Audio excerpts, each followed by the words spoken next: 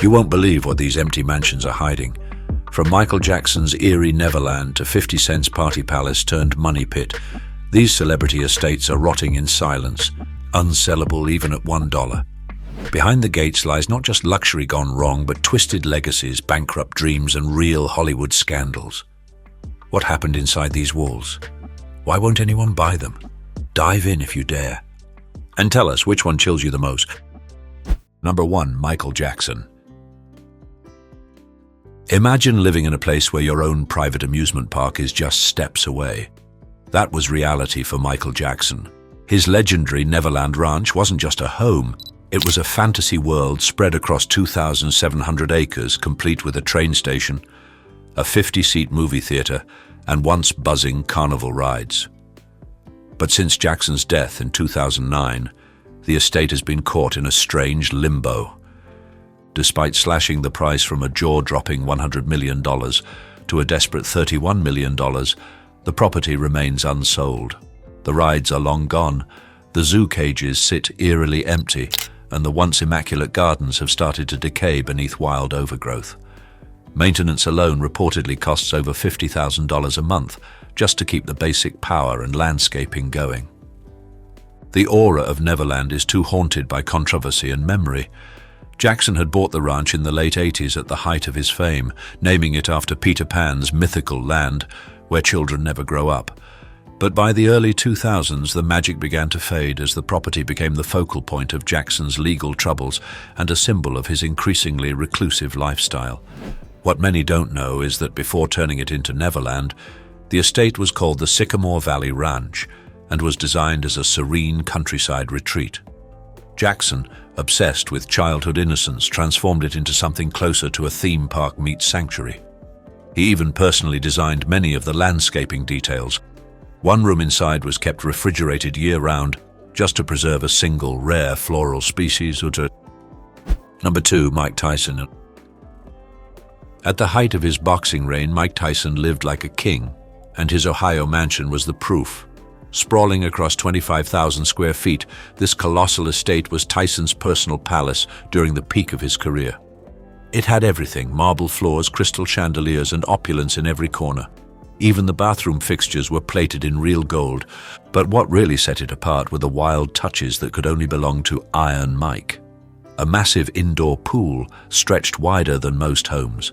There were tiger cages on the grounds, yes, actual cages where Tyson kept his legendary pet tigers.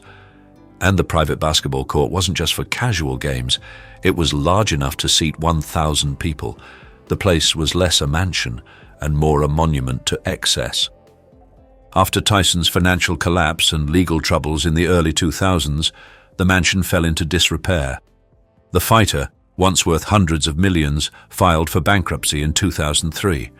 The house, too lavish and too infamous, sat abandoned for years, its gold fixtures tarnished, the tiger cages rusting in silence.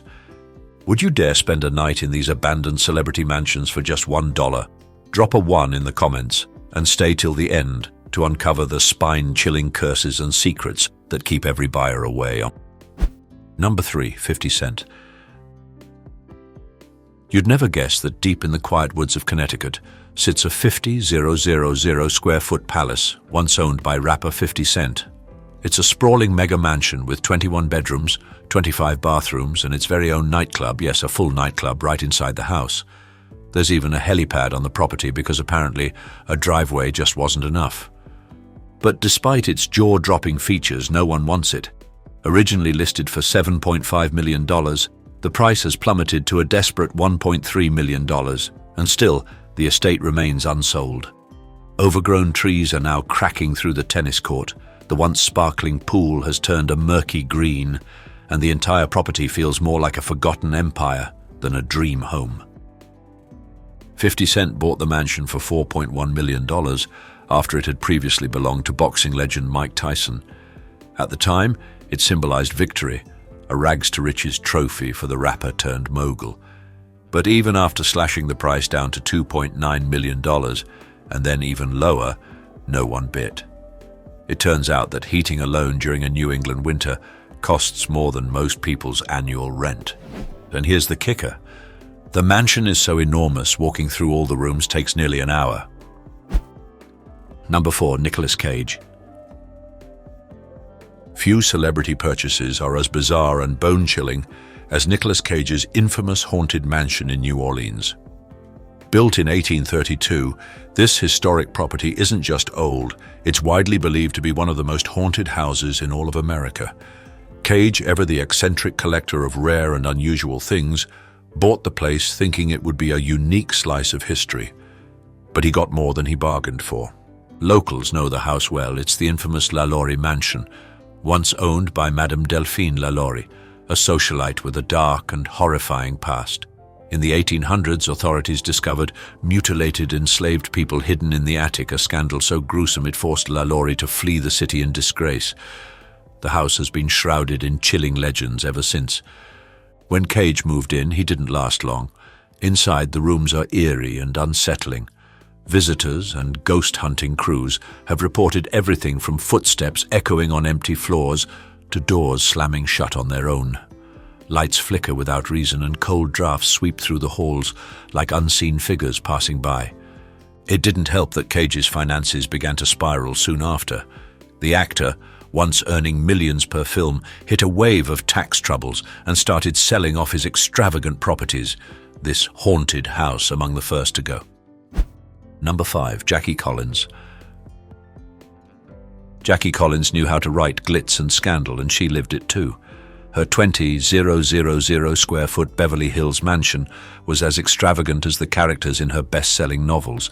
Tucked away in one of the most elite neighborhoods in Los Angeles, the estate was a real-life version of the opulent world she created on the page.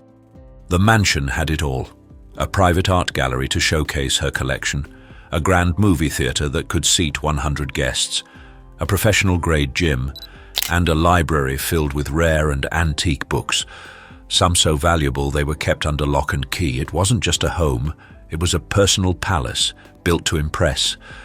But after Jackie Collins passed away in 2015, the dream faded. Despite being in the heart of Beverly Hills, the house struggled to sell. Even luxury buyers balked once they realized the cost of maintaining it could rival the average person's annual salary. Endless rooms, astronomical utility bills, and sky-high upkeep made it more of a burden than a dream. Number 6. Tom Cruise. Tom Cruise's forgotten mansion once stood as the ultimate power symbol, a futuristic glass palace carved into the hills of Los Angeles, engineered with the precision of a blockbuster film set. Built in the early 2000s at the peak of Cruise's fame, the estate was a sleek, ultra-modern marvel.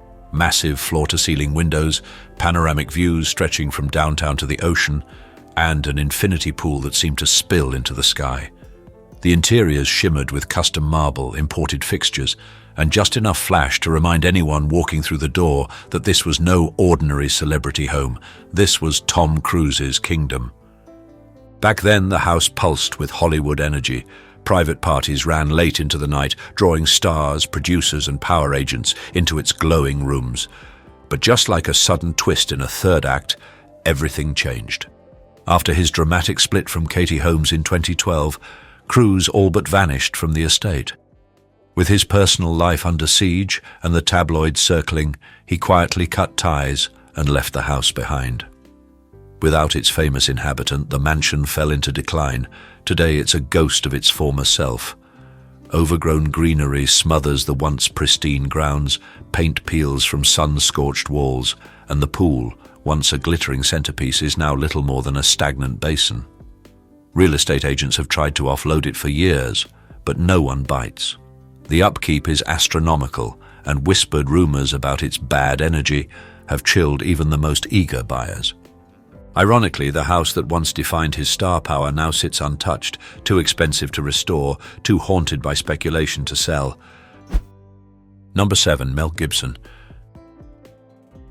Mel Gibson's Costa Rican estate isn't just a mansion, it's a hidden kingdom carved out of the jungle. Perched right on the Pacific coast, this jaw-dropping beachfront compound offers panoramic ocean views from nearly every room. It's made up of 7 separate houses, a grand main residence, and 6 luxury guest villas, all linked by winding stone paths through lush rainforest. With 3 private swimming pools, its own secluded beach, and even a helipad, the estate feels like a 5-star resort, designed for just one man. Wild monkeys swing through the trees next door, thanks to a nearby sanctuary, giving guests the surreal experience of sipping coffee while nature puts on a show. But despite its paradise setting and celebrity pedigree, the property has become real estate quicksand.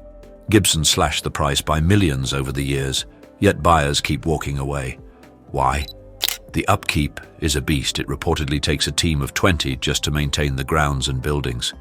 And while it may look like a dream, its remote location makes logistics a nightmare. Number 8. David Letterman. David Letterman's old Montana ranch is less of a home and more of a private wilderness kingdom. Spanning an unbelievable 108 acres, it's tucked deep in the Big Sky country, surrounded by mountains, trees, and a sense of complete isolation. Built as his ultimate retreat from the spotlight, the estate reflects Letterman's signature blend of rugged charm and quiet luxury. At the heart of the property sits a sprawling log mansion, designed to blend into the landscape while offering every comfort imaginable. Scattered across the land are 6 cozy guest cabins, a fully stocked fishing lake with rare, expensive trout and trails that wind through acres of untouched nature. There's even a tricked-out barn filled with classic and exotic cars, Letterman's known obsession. And then there's the treehouse, not a playhouse but a fully livable structure, perched high in the trees, larger than most urban apartments. Add to that a full workshop, outdoor fire pits, and panoramic views that stretch for miles, and you've got a celebrity hideaway built to escape the world. Yet even with all its wonder, the ranch has struggled to sell. It's been quietly listed and delisted for years. The upkeep is intensive, the location is remote, and not many people have the millions or the lifestyle that would justify such a massive off-grid estate. Would you want to live completely off the grid like David Letterman did, miles from anywhere, surrounded by wilderness, in a mansion most people will never even see? Drop your answer below with, "Yes, I crave that kind of escape," or "No, sounds like a lonely nightmare." Number 9. Madonna. Madonna's Hidden Hills mansion is exactly what you'd expect from the Queen of Pop, bold, extravagant, and dripping with star power. Tucked away in one of California's most elite gated communities, the estate was her private playground during a quieter phase of her life. Every corner of the house screams luxury and personal flair. Inside, there's a plush theater where she reportedly screened her own music videos and tour footage. A mirrored dance studio sits nearby, clearly designed for hours of rehearsal or reinvention. Each of the 7 bedrooms is styled like a 5-star suite, and the master, practically its own wing. Then there's the jaw-dropping wine cellar, custom-built to hold 10,000 bottles, because of course even her wine collection needed to be iconic. Outside, the swimming pool is shaped like her signature M logo, a splashy tribute to her legacy. There's even a tennis court that transforms into a high-end dance floor at the push of a button, because when Madonna throws a party, it's never low-key. But despite all that glamour, the mansion has gone cold, vacant, untouched. Potential buyers have been scared off by the astronomical upkeep. Climate control alone for the wine cellar and mirrored studio costs more than some mortgages. It's a wonderland designed for a pop legend, but a logistical nightmare for anyone else. Number 10. Nelly. Remember when Nelly was dominating the airwaves? Hit after hit, hot in Here, Dilemma, you couldn't escape his voice in the early 2000s. But just like his chart-topping streak, his once glamorous mansion in Missouri has become a ghost of its former glory. Back in 2002, riding high with a net worth of around $40 million, Nelly bought a massive Tuscan-style estate tucked away in the quiet suburb of Wildwood, just outside St. Louis. The price tag, close to $2 million, but here's the twist. Nelly never actually moved in. According to rumors, it was meant to be a real estate flip, an investment play, not a forever home. Instead, the 800-square-foot mansion was left to rot. For nearly 2 decades, the property sat eerily empty, its grand 12-acre lot slowly overtaken by time. Castle-like turrets, white stucco walls, and sweeping panoramic views weren't enough to lure a buyer, at least not at first. In 2021, Nelly gave up and listed the decaying property for less than half of what he paid, just under $1 million. It finally sold for $982,500. But what happened next is where things get weird. A controversial group known as the Kingdom of God Global Church, a St. Louis-based organization that some residents whisper may actually be a cult, Their purpose for buying Nelly's deserted mansion? Still unknown. The estate remains cloaked in uncertainty, its fate as bizarre as its past. Number 11. Birdman. At the height of his fame, Birdman, rap mogul and founder of Cash Money Records, had it all. Hit records, luxury cars, and a palatial mansion in Louisiana. But today, that once grand estate is a ghost of its former self, rotting in silence, untouched for nearly 2 decades. Purchased in 2004 from former NFL linebacker Pat Swilling, the 948-square-foot home boasted 5 bedrooms, 4 bathrooms, 2 hot tubs, a sauna, and a swimming pool. It was meant to be a symbol of success, a southern sanctuary fit for a rap tycoon. Then came Hurricane Katrina. In 2005, the catastrophic storm tore through New Orleans, killing over 1,800 people and displacing thousands. Birdman's mansion didn't stand a chance. The storm left the property battered and broken. Instead of restoring it, Birdman simply walked away. Now, nearly 20 years later, the mansion sits in eerie silence. The pool is a murky swamp. Mold has crept into every crevice. Nature has reclaimed the land, valued today at just $650,000. A fraction of what such a property might command elsewhere, its location in a flood-prone zone makes it practically unsellable. Birdman's abandoned Louisiana mansion remains frozen in time, a haunting monument to both natural disaster and financial downfall.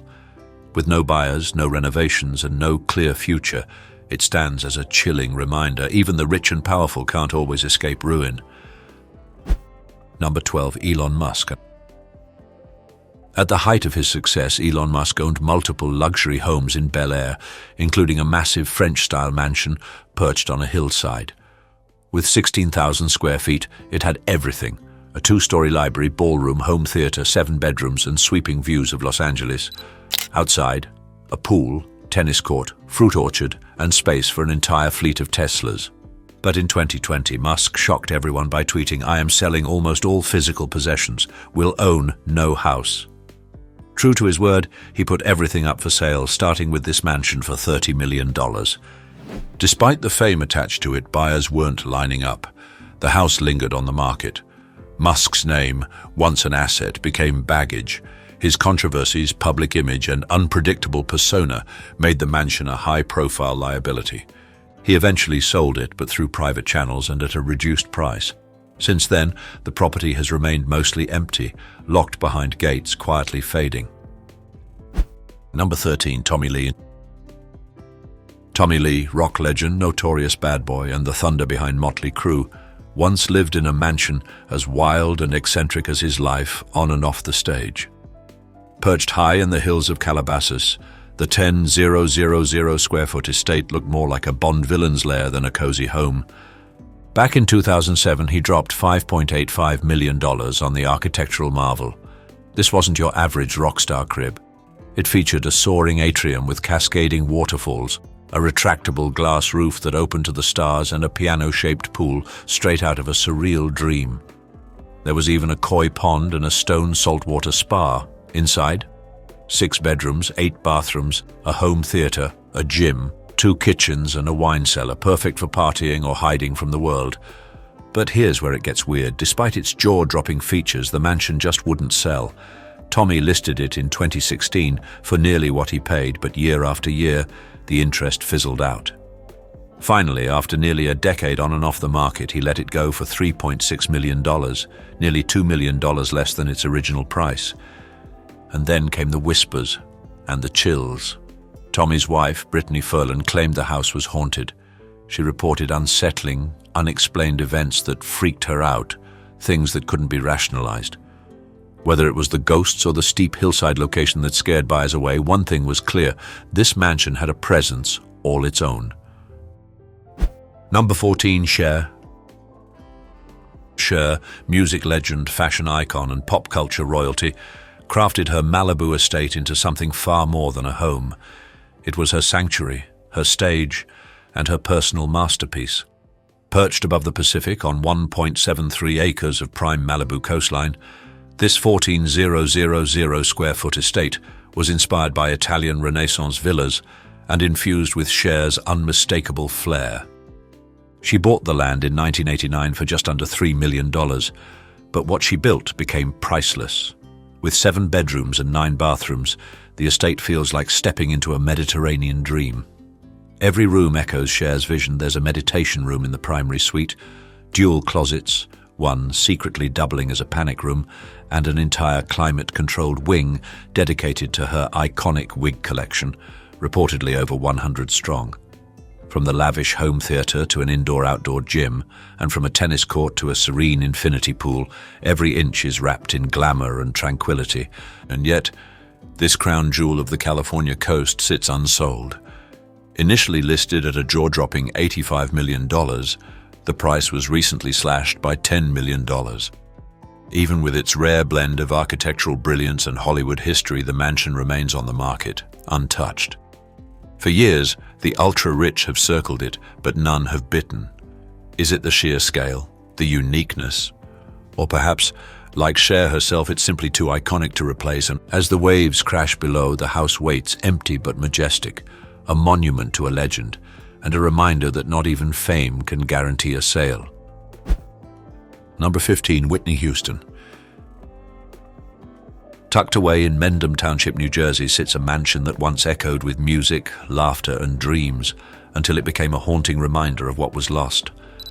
This was Whitney Houston's home, a sprawling 500-square-foot estate she purchased in 1987, shortly after marrying Bobby Brown. Back then, it was meant to be a haven, a retreat for guests, creativity, and quiet luxury. Inside, the property offered 5 bedrooms, 5 bathrooms, a private recording studio, an indoor pool, and a tennis court. It wasn't just a house, it was a reflection of Whitney herself, radiant, bold, and filled with potential. Her unmatched voice filled its walls, and for nearly 2 decades, it stood as a silent witness to her rise, her fame, and her battles. But after Whitney's tragic passing in 2012, the mansion began to lose its luster in the eyes of buyers. Sold in 2010 for just over $900,000, shockingly low for such grandeur, it bounced on and off the market. Relisted at $1.6 million, but with no serious takers.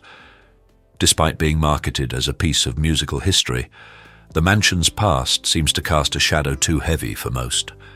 Properties tied to tragedy often carry a stigma, one New Jersey real estate expert explained. And that stigma lingers here like a ghost, stalling every attempt to give the home a second life. Now it sits abandoned, silent, solemn, and slowly fading, like a love song left unfinished. For Whitney's fans, it's more than a house. It's a shrine to a star who lit up the world and left far too soon. Number 16, Britney Spears. Britney Spears' once dazzling villa in Thousand Oaks now sits like a ghost of her past, elegant but eerily empty. Tucked behind gates in an ultra-exclusive neighborhood, the Italian-style estate once offered Britney the one thing she craved most: privacy. With lush gardens, a spa-worthy pool, and lavish interiors, it was her haven during the stormiest chapters of her life. But as her personal struggles intensified through years of conservatorship battles and mental health headlines, the property quietly began to crumble. The manicured lawns turned wild, the fountains stopped flowing, and the glow of the estate faded into something far more somber. It was no longer a sanctuary, it became a symbol. Even with its celebrity status and stunning design, buyers weren't lining up. The price dipped, the listing lingered. Some say the emotional weight tied to the estate made it harder to sell than any real estate flaw. And then there's the upkeep. Monthly costs in the thousands just to maintain what's now more memory than mansion. Number 17, Liza Minnelli. In the heart of Beverly Hills stands a mansion that once echoed with the laughter of Hollywood royalty. But today, it's a crumbling relic, haunted not just by time, but by the ghosts of family secrets and fading fame. Built in 1925 and later transformed by famed Hollywood Regency architect John Wolfe, this Spanish revival estate became home to Vicente Minnelli, Oscar-winning director and father to Liza Minnelli after his divorce from Judy Garland. Liza spent her formative years here, wrapped in velvet curtains, crystal chandeliers, and the magic of old Hollywood. When Vicente passed away in 1986, he left the home to Liza, but with a twist, his widow Lee was to live there for the rest of her life. Liza tried to sell the property in 2000 and even offered Lee an upscale condo to move into, but Lee refused. The house sold anyway in 2002, igniting a quiet standoff. Ultimately, Lee stayed until her death in 2009. After that, the mansion fell silent and then it fell apart. Once a symbol of cinematic grandeur, the estate quickly became a Hollywood horror show. Ceilings collapsed, wallpaper curled like dying leaves. Vandals and urban explorers wandered its once elegant halls, filming the decay for curious online audiences. Today, the house still stands, but only just an eerie monument to a family legacy steeped in both brilliance and heartbreak. Liza Minnelli's childhood home is more than abandoned. It's frozen in time, waiting for someone bold enough to resurrect its lost glamour.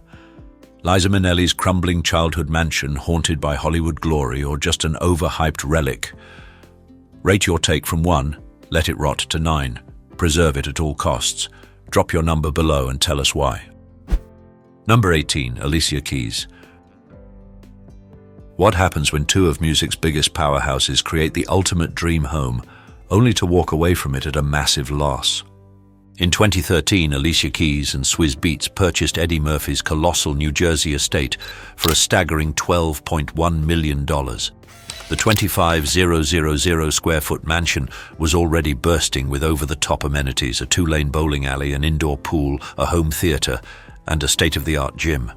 But for the Grammy-winning couple, that was just the beginning.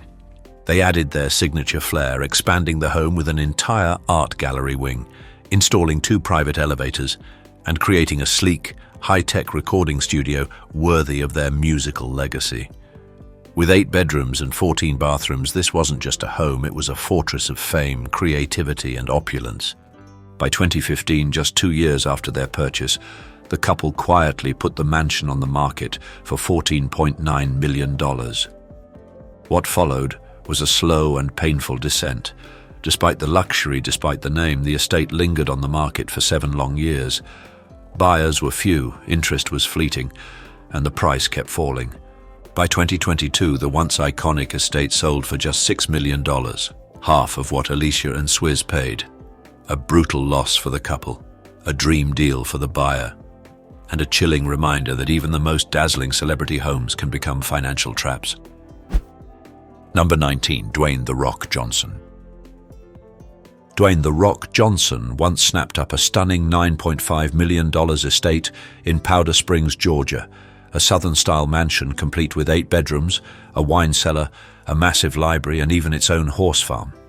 It was meant to be a quiet retreat from the Hollywood chaos, but less than 2 years after buying it in 2019, he walked away.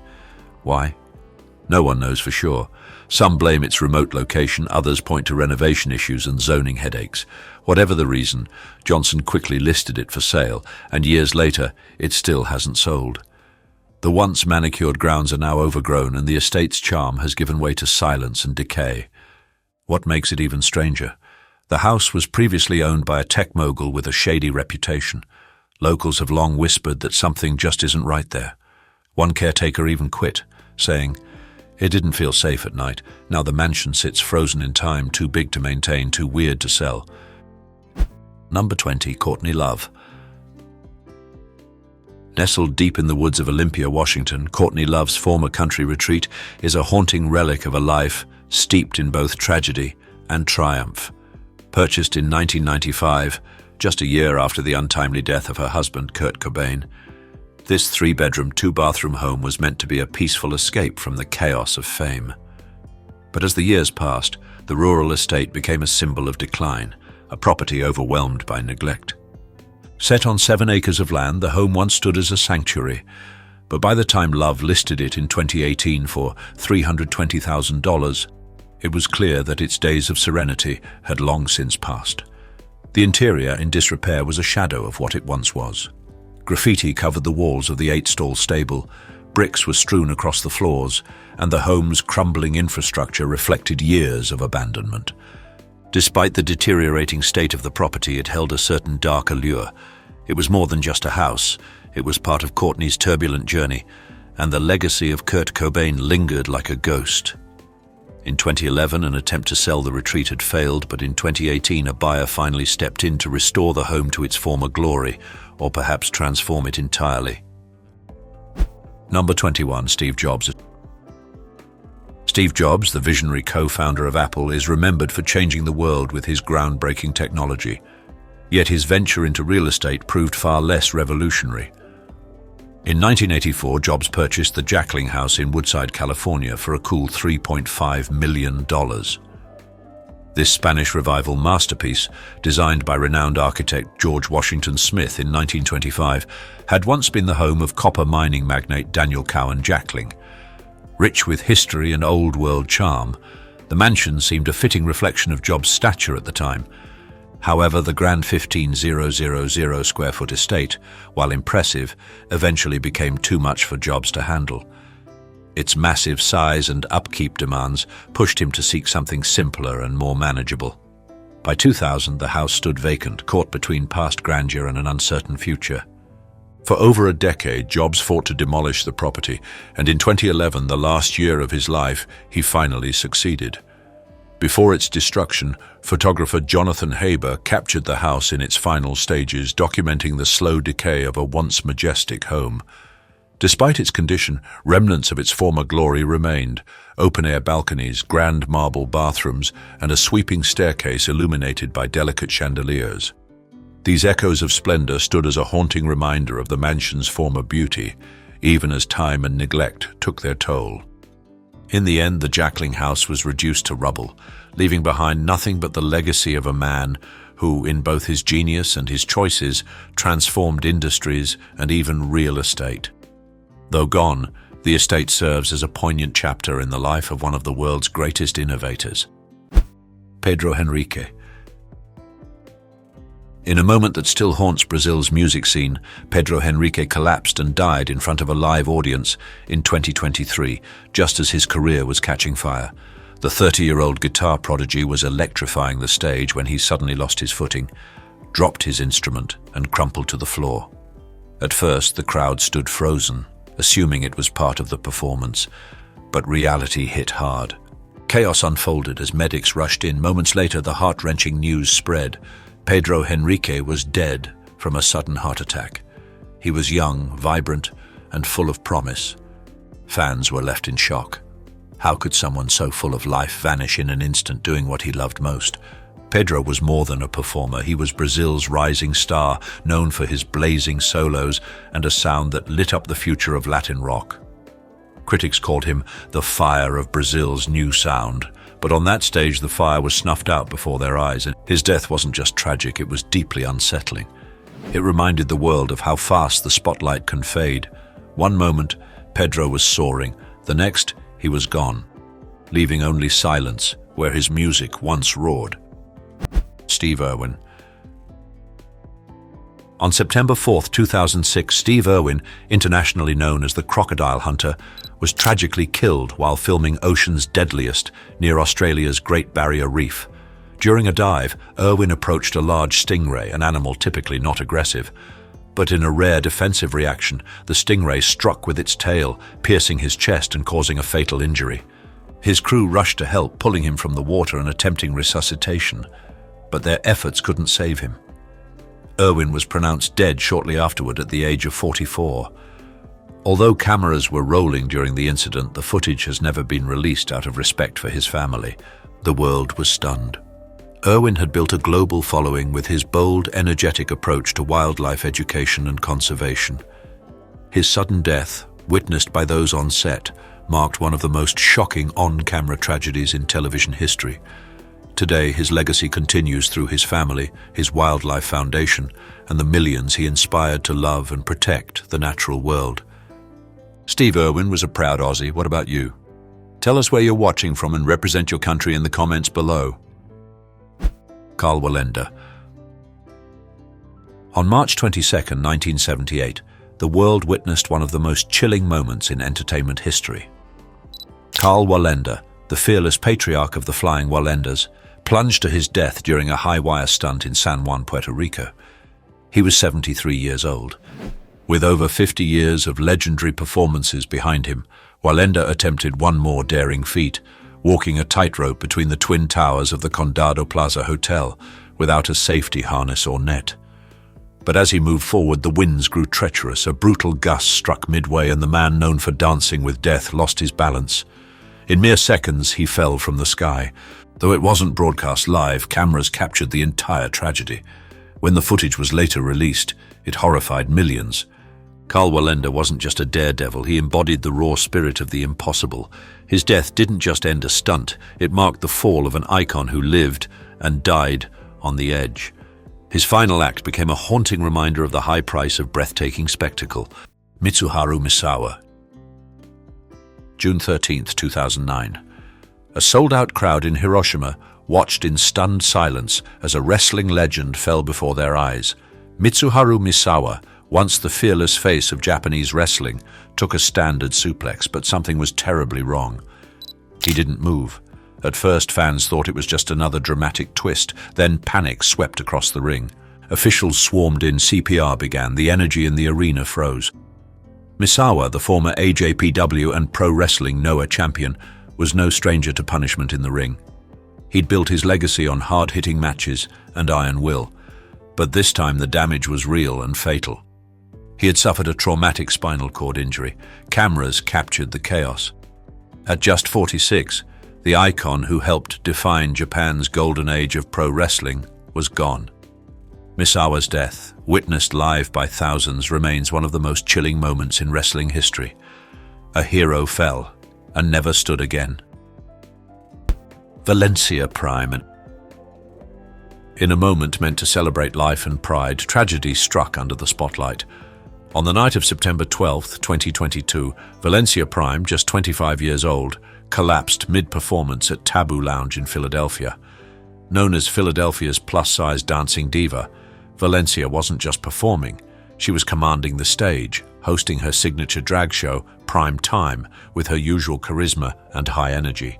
Then in an instant, the room fell silent. Before a stunned crowd of fans and fellow performers, Valencia crumpled to the floor. Paramedics rushed to save her, and she was taken to Jefferson Hospital. But it was too late. She was pronounced dead shortly after arrival. The official cause, atherosclerotic cardiovascular disease, a natural cause. But the public nature of her final moments made it feel anything but. The shock rippled far beyond the venue that night. Valencia wasn't just a performer, she was a source of joy, strength, and representation in Philadelphia's LGBTQ+ scene. The club where she made her magic, Taboo Lounge, issued a heartfelt tribute. Today, we mourn the loss of a very bright and rising star. We say goodbye to Valencia Prime, but we will not forget the light you brought to the stage. Krishna Kumar Kunath. The night of May 31st, 2022 was meant to be a celebration of music. Instead, it became a haunting tragedy. KK, one of India's most beloved playback singers, collapsed mid-performance on stage in Kolkata and never got back up. Born in Delhi in 1968, KK's voice became the emotional pulse of Indian cinema from the late 90s onward. With unforgettable hits like Tadap Tadap, from Asterisk, Hum Dil De Chuke Sanam, Asterisk, and the romantic anthem Kuda Jana. He sang in multiple languages, transcending regional lines and winning hearts nationwide. That fateful night, KK was performing live at Nazrul Mancha Auditorium, pouring his soul into every note. As the crowd swayed to his music, something went terribly wrong. At just 54 years old, KK collapsed in front of a stunned, helpless audience. He was rushed to the hospital, but it was too late. A fatal cardiac arrest had claimed his life. The moment shocked an entire nation. Millions mourned as they replayed his last performance, now etched into memory as both breathtaking and heartbreaking. KK didn't just die, he bowed out in the spotlight, surrounded by his fans, doing what he loved most. His voice lives on, but the silence he left behind is deafening. Brandon Lee. Brandon Lee, Bruce Lee's son, was poised to follow in his father's legendary footsteps. But on March 31st, 1993, his life was cut tragically short during a scene in The Crow. While filming, a prop gun, mishandled during preparation, discharged a live bullet fragment. What was meant to be a harmless prop turned into a fatal disaster. Despite hours of surgery, Brandon Lee passed away at just 28 years old. The tragic echo of his father's untimely death, almost 20 years earlier, haunted Hollywood. Was it simply a tragic accident, or was something darker lurking behind the scenes?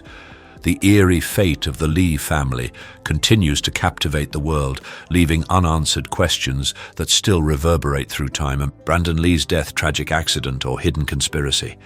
Comment 1 for accident, 2 for something darker, and tell us why. Nick Menza.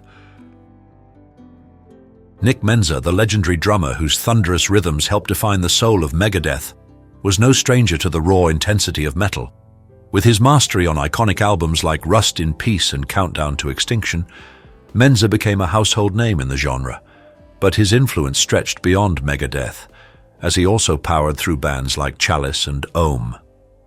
On May 20th, 2016, Menza's passion for music took him to the Baked Potato in Los Angeles, where he was performing with Ohm, a project led by his former Megadeth bandmate, Chris Poland.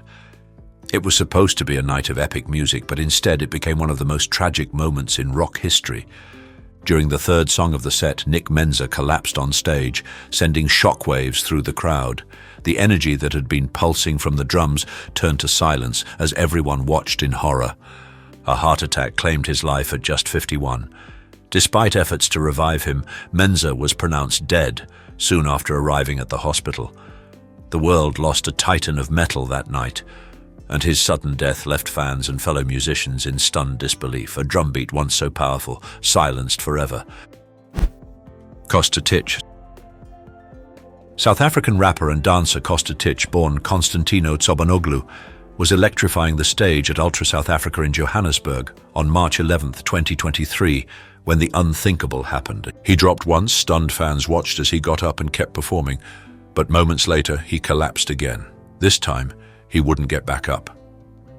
Despite frantic efforts by medics, Costa was pronounced dead shortly after.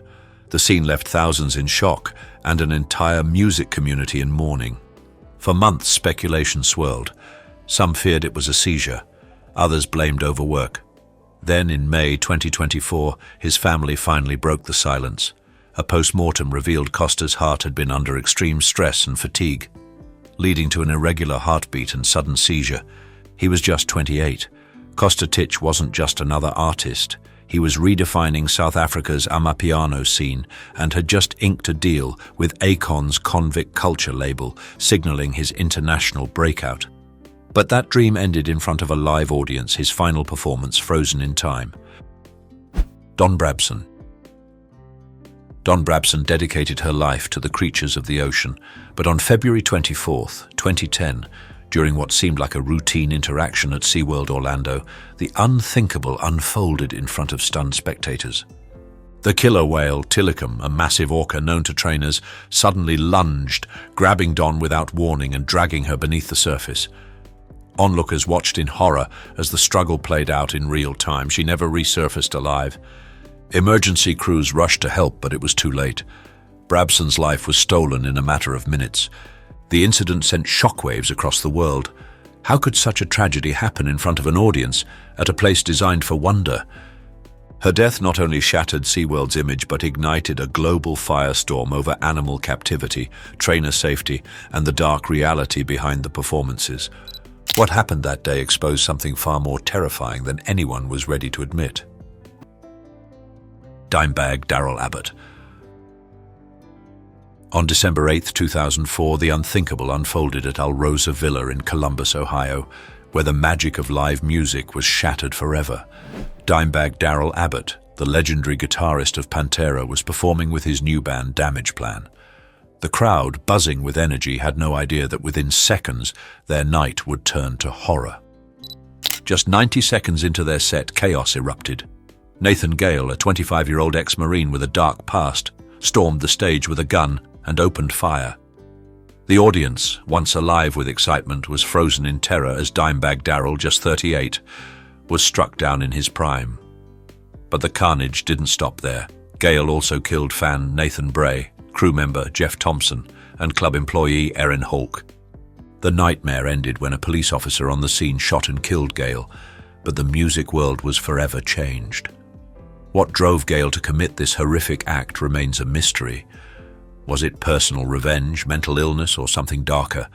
While speculation swirled, no answers ever came. One thing was undeniable. That night, music died in front of a horrified audience, and the world lost one of metal's most iconic figures. Richard Versailles. Opera is known for its emotional intensity, where tragedy often blurs the lines between the stage and reality. But for Richard Versailles, it wasn't just the drama of his role that would haunt the audience. It was the devastating reality that unfolded before their eyes. In January 1996, during a performance of the Makropoulos case at the Metropolitan Opera in New York, Versailles, a 63-year-old tenor with a storied career, was performing as Vitek, an elderly office clerk. The scene required him to climb a tall, library-style ladder to file away a document. It was a simple task, but in a cruel twist of fate, Versailles' last line would become prophetic. "Too bad you can only live so long," he uttered. Then, the unthinkable, Versailles lost his balance and fell. The audience gasped. What seemed like a tragic part of the performance turned out to be a real-life tragedy. The cause, a fatal heart attack which struck him unexpectedly, just as his body fell from the ladder. A career that had spanned continents and legendary stages came to a heartbreaking end in those final, cruel moments. And the eerie irony of his last words, "Too bad you can only live so long," haunted the opera world for years to come. J.I. Rodale. Jerome Irving Rodale, better known as J.I. Rodale, was a passionate pioneer of health and wellness practices that were considered unconventional during his time. A staunch advocate for natural living, Rodale spent years writing and speaking about the benefits of organic foods, exercise, and holistic health, believing these practices could greatly extend a person's life. On June 7, 1971, at 72 years old, Rodale appeared on ABC's The Dick Cavett Show, where he confidently declared that he had never felt better and even proclaimed that he would live to be 100. His optimistic outlook was noted by the New York Times, as Rodale seemed certain his health practices would grant him many more years of life. However, just moments after making his bold claim, Rodale collapsed on stage. As Cavett was engaged in conversation with another guest, Rodale suddenly became still, emitting a disturbing noise. His complexion turned pale, and his mouth hung open, signaling his sudden death right before a live studio audience. His unexpected passing left viewers in shock, forever marking the moment as one of the most bizarre and poignant twists of fate in television history. Tommy Cooper. On a spring night in April 1984, Britain tuned in to Live from Her Majesty's, expecting another round of laughs from one of the country's most beloved entertainers, Tommy Cooper. The towering Welsh comic, known for his bumbling magic tricks and signature fez, was in top form, performing his fan-favorite Magic Cloak act. With his assistant, host Jimmy Tarbuck, by his side, Cooper pulled oversized props from beneath a comically large gown, drawing raucous laughter from the audience. But as the act built toward its chaotic finale, something went terribly wrong. Just as Cooper completed a gag involving a glamorous assistant, he staggered backward and crumpled to the stage floor. The crowd erupted in laughter, assuming it was another of his perfectly timed pratfalls. It wasn't. Behind the scenes, panic set in. The show's director immediately cut to an unscheduled commercial break as Tarbuck rushed to his side. Cooper had suffered a massive heart attack, live in front of a full theater and millions watching from home. Medics rushed him to the hospital, but the 63-year-old comedy legend was pronounced dead on arrival. Tommy Cooper quite literally died doing what he loved on stage in the spotlight while the world was laughing. Should live comedy shows have emergency protocols for onstage collapses, yes or no? Type your answer in the comments and tell us, could Tommy Cooper's death have been prevented, or was it simply fate unfolding in real time? Owen Hart. On May 23, 1999, the world of professional wrestling was shaken by one of its darkest moments. Owen Hart, a fan favorite known for his unmatched talent and sharp wit, was set to soar into the ring at WWE's Over the Edge event in Kansas City. Performing as his comedic alter ego, the Blue Blazer, Hart was meant to make a grand superhero-style entrance from the rafters. descending dramatically on a cable above the roaring crowd of 16,000. But something went terribly wrong. As the stunt began, a rigging malfunction caused the release mechanism to trigger prematurely. Hart plummeted 78 feet, striking the ropes with devastating force before collapsing lifelessly in the ring. At first, the audience sat in stunned silence, unsure whether the horrific fall was part of the show's scripted drama. Veteran commentator Jim Ross broke the tension with heartbreaking clarity. "This is not part of the entertainment." The cameras quickly cut away, shielding television viewers from the scene.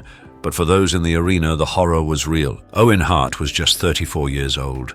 He was rushed to a nearby hospital, but the injuries were too severe.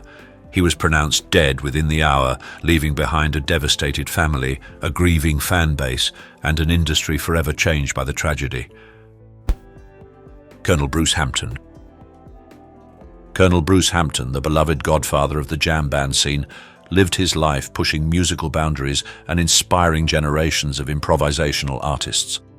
Known for his eccentric genius and his work with groups like the Hampton Grease Band and the Late Bronze Age, Hampton helped shape a genre alongside legends like the Grateful Dead and Fish. He was more than a performer. He was a mentor, a pioneer, and a symbol of creative freedom. On May 1st, 2017, the Fox Theatre in Atlanta hosted a star-studded concert to celebrate Hampton's 70th birthday. The stage was filled with talent, from members of Blues Traveler and Widespread Panic to young prodigy Taz Niederauer. The night was meant to honor a life lived in music. But what began as a joyous tribute ended in a moment no one could have imagined. While Taz was delivering a blistering solo, Hampton suddenly knelt beside a speaker and slumped over. The crowd and fellow musicians believed it was part of his theatrical flair, but it wasn't. As the music carried on, it became tragically clear Bruce Hampton had collapsed and passed away right there on stage. He died doing what he loved, surrounded by music, friends, and admirers. It was an exit as surreal and poetic as the man himself, his final act, leaving behind a legacy as deep and unpredictable as the music he helped create. Dick Shawn. In April 1987, legendary comedian and actor Dick Shawn delivered his final performance, one so surreal that even his death was mistaken for a joke. Known for his bizarre brilliance and boundary-pushing comedy, Shawn had long captivated audiences with unpredictable antics and absurdist sketches. That night at the University of California, San Diego, the 63-year-old showman opened with his head poking through a dinner table playing a disembodied guest. The crowd of 500 roared with laughter. As the evening went on, Shawn launched into a darkly comedic bit about the end of the world. In typical fashion, he collapsed onto the stage, motionless. The audience chuckled, assuming it was part of the act. "Take his wallet," someone joked. No one realized they were witnessing a man's final breath. Minutes passed, the laughter turned uneasy. One man, Tom Waltz, told the Los Angeles Times how the mood shifted from hilarity to horror. A doctor in the audience climbed on stage, checked for a pulse, and signaled the truth: this was no performance. CPR was attempted and paramedics rushed to the scene, but it was too late. Dick Shawn, master of comedic illusion, had died of a heart attack mid-routine, blurring the line between performance and tragedy in a way only he could. Irma Boule. In a chilling echo of pop icon Britney Spears' Snake Charmer performance at the 2001 VMAs, Indonesian singer Irma Boule took the stage in 2016 with a deadly twist, literally. Known for incorporating live snakes into her act, the 29-year-old singer had wowed crowds before with pythons and tame serpents, their mouths typically taped shut or their fangs removed. But this time, the danger was real. Performing in Karawang, Indonesia, Boule brought out a cobra during her second song. Without realizing the deadly risk, she assumed fatally that the venomous snake had been defanged, just like the others. But no safety precautions had been taken. Mid-performance, the cobra struck, sinking its fangs into her thigh. Still believing it to be harmless, Boule brushed off the bite and continued singing, unaware that venom was already coursing through her veins. 45 minutes later, she began to vomit and seize in front of a horrified audience. By the time she was rushed to the hospital, it was too late. Irma Boule died shortly after arrival, her final performance ending not with applause, but with shock. a rising star silenced by a stunt that blurred the line between showmanship and tragedy. Barbara Weldons. Barbara Weldons was on the brink of stardom. At just 35, the French singer-songwriter had already earned critical praise for her haunting debut album, Le Grand Age de l'Homme, a poetic masterpiece that hinted at a long and brilliant career ahead. On a summer night in 2017, she stood barefoot under the Gothic arches of a church in the village of Gourdon, captivating the crowd at the Léo Ferré festival with her powerful voice and magnetic stage presence. In the middle of her performance, Weldons suddenly collapsed. The applause turned to gasps, then screams. What looked at first like a sudden cardiac arrest quickly took a darker turn. Audience members reported sparks and strange electrical surges. Moments later, the truth emerged. Barbara Weldons had been electrocuted on stage mid-song in front of a live audience. A faulty electrical connection and the fact that she was barefoot combined in a deadly instant. Medical teams rushed in, but nothing could be done. She died doing what she loved, her life stolen by a tragic oversight in stage safety. One moment she was a rising star, the next the stage lights dimmed forever. El Perro Aguayo. In March 2015, the vibrant city of Tijuana became the backdrop for one of the most heartbreaking tragedies in wrestling history. The event was meant to be a showcase of two icons, Rey Mysterio Jr., a global sensation, and Pedro Aguayo Ramirez, better known as El Hijo del Perro Aguayo, a beloved star of Mexico's lucha libre. The match began with energy and anticipation, but it took a fatal turn in an instant. After Mysterio delivered a flying kick, Aguayo fell into the ropes, setting up a classic wrestling maneuver. But this time something was wrong. His head snapped violently against the ropes. Then he collapsed, unmoving, eyes open, but lifeless. At first, the audience thought it was just part of the show. Rey Mysterio quickly sensed something was terribly off and waved for help, but precious time slipped away, nearly 80 seconds before a doctor reached the ring. That delay would prove fatal. The Tijuana Wrestling Commission later confirmed what no fan wanted to hear. El Perro Aguayo, just 35 years old, had died of a cervical stroke caused by a broken neck. The trauma triggered a sudden heart attack, and he died doing what he loved in front of a stunned crowd that came to cheer but left in silence. A national hero of lucha libre, gone in the blink of an eye. After walking through Neverland's haunted stillness, past Tyson's rusting tiger cages and Musk's forgotten empire, one chilling truth remains. In Hollywood, even palaces can become prisons. These 20 abandoned mansions whisper of scandal, obsession, and dreams too big to survive. Would you dare stay a night inside one, or are the shadows of fame too dark to face? Tell us in the comments which mansion creeped you out the most, or did we miss one that's even stranger? If these eerie estates gave you chills, smash that like button and subscribe to Iconic Inside for more jaw-dropping dives into the secret lives of the rich and reckless. And hey, don't stop now. The next video's loaded with even more untold Hollywood secrets. Click it now if you're ready for the truth.